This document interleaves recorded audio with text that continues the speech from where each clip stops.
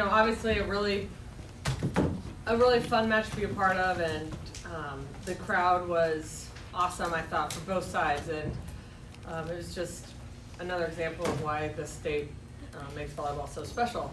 But I thought, our team was really good in Game 5 and kind of went back to what we've been trusting all year and just started playing our game, and I think that's a great sign of where we're headed is when we can play our loosest volleyball in the 5th game. You mentioned the 5th set. It seemed like you had a high number of tips work for you there, and that goes against what you want to, but what was working that 5th set with all those tips? Well, I just think you could tell early on that Creighton was not going to let our middles beat them, and so we went away from them, even though that's one thing that's made us great all year. And then they were still on Becca, but I just opened up those tips for her to strategically place them. So I thought she did a great job of being smart, and again, going back to what's made us great was huge.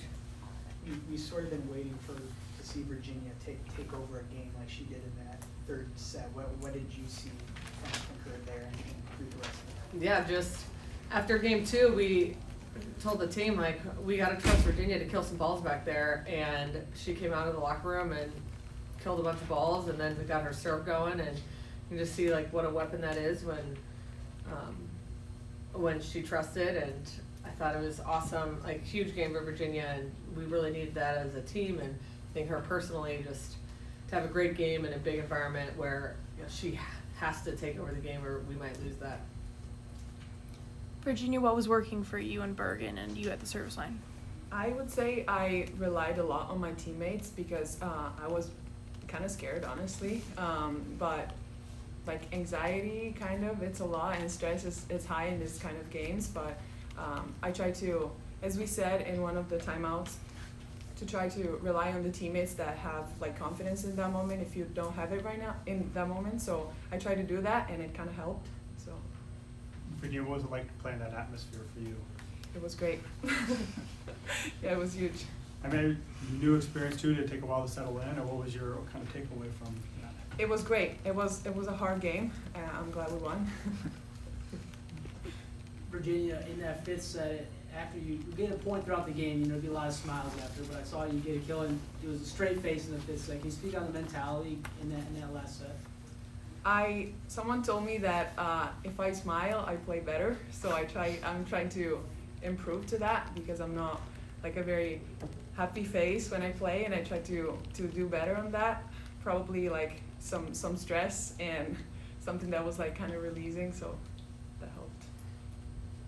Bergen, what can you say about the work Virginia's put in, not only on the court but off the court, getting acclimated with this program?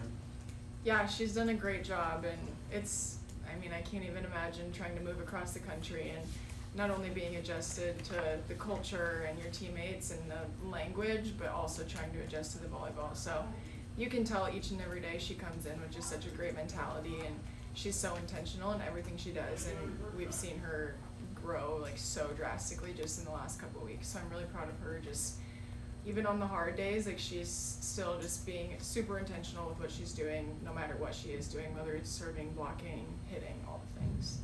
Danny, Creighton was kind of making a push in the 5th and almost had an ace on that serve, and Olivia just kind of laid out and sprawled out and saved it, and you guys got the point off of it. How big of a play just to shift what could have changed the complexion of the 5th was that? I honestly don't remember that. I just know we were Creighton's a really, really tough team to play. They always play so hard, and they're never out of a game. And I've learned that, watching Nebraska, being a part of them, watching them, and then playing Creighton when I was at Louisville, just always a battle till the final point.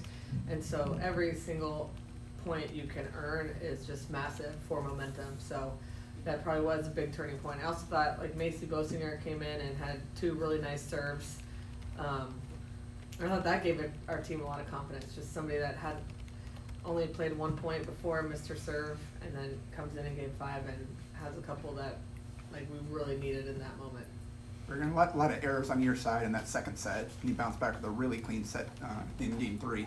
How is this team able to kind of self-correct within matches and improve on areas where you're struggling?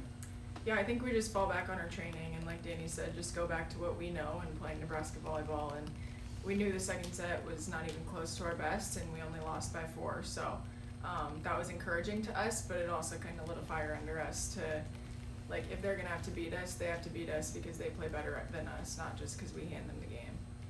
Danny, Bergen, what's the feeling like, a record-setting crowd, to come into this environment and leave with the result that you do? Yeah, it feels great. I mean, Creighton's always going to be a big game, no matter where it's at, what time of the day, when, like, it's always going to be a huge game. So it's awesome that people of Nebraska showed out, and I had no doubt that they would. And obviously getting a win makes it a little sweeter. So it'll be a good bus ride home. Bergen, how loud is that? How loud that when it was go big red and let's go Jay chant? How loud is that now? How do you handle that noise when they're on the court? It was very loud. Me and Andy and Harper were up there, and we were like, we're gonna have to scream at each other during this play. But it's super exciting, and it's fun to be a part of, and it's just a great atmosphere to be in. But it definitely does kind of make you go back to your training again, because you can't really hear each other, so you just have to have a feel of where each other is, and that comes from practice. Hey Coach, you put Campbell in set 3 to be able to serve. She seemed a bit surprised on the bench you were calling her number. Then you put her back in set 5 when the pressure was on. What does it mean to her to have that confidence from you to play when maybe the score is a bit higher, but also in a crunch time situation? Yeah, we hadn't really talked about using her in that way until today, and just felt like she has a type of serve that would disrupt Creighton, so let's give it a try.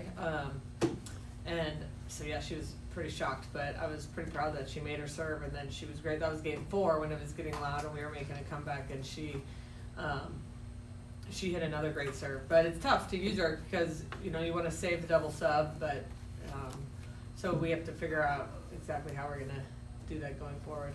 Coach, What? you had 4 players with at least 12 kills. What can you say about Bergen's distribution tonight?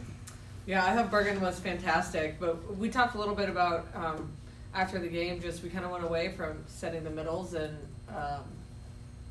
we got to stick with, again, our game plan and what makes us great. And but other than that, I thought once we started trusting Virginia, the distribution was fantastic, and it was pretty even across the board. And because our middles are such a focal point, it just gave our pins great looks. So that's huge.